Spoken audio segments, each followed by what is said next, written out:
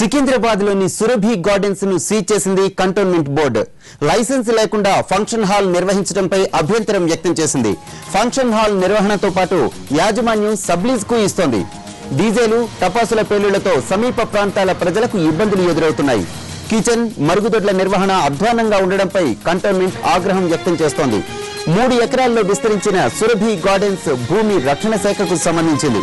అప్పట్లో లీజుకు తీసుకున్న సురభి గార్డెన్స్ నిర్వాహకులు లీజు నిబంధనలను తుంగలో తొక్కి ఇష్టారాజ్యంగా వ్యవహరించారు. దీంతో కంటోన్మెంట్ బోర్డు సురభి గార్డెన్స్ ను సీజ్ చేసింది.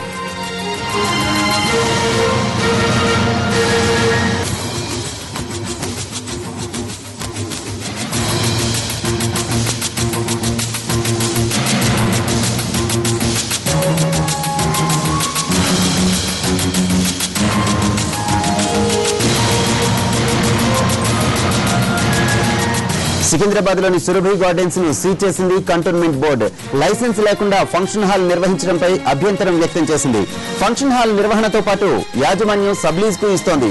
డీజేలు, టపాసుల పేలుళ్లతో సమీప ప్రాంతాల ప్రజలకు ఇబ్బందులు ఎదురవుతున్నాయి. కిచెన్, మరుగుదొడ్ల నిర్వహణ అధ్వానంగా ఉండడంపై కంటోన్మెంట్ ఆగ్రహం వ్యక్తం చేస్తోంది.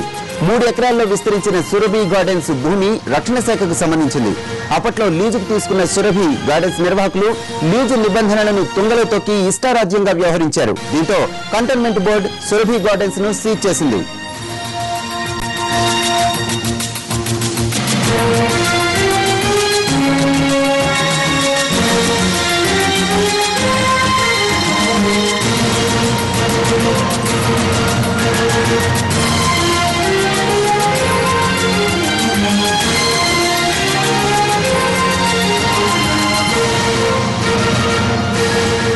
సురభి గార్డెన్స్ అక్రమాలు ఒక్కటొక్కటిగా బయటపడుతున్నాయి.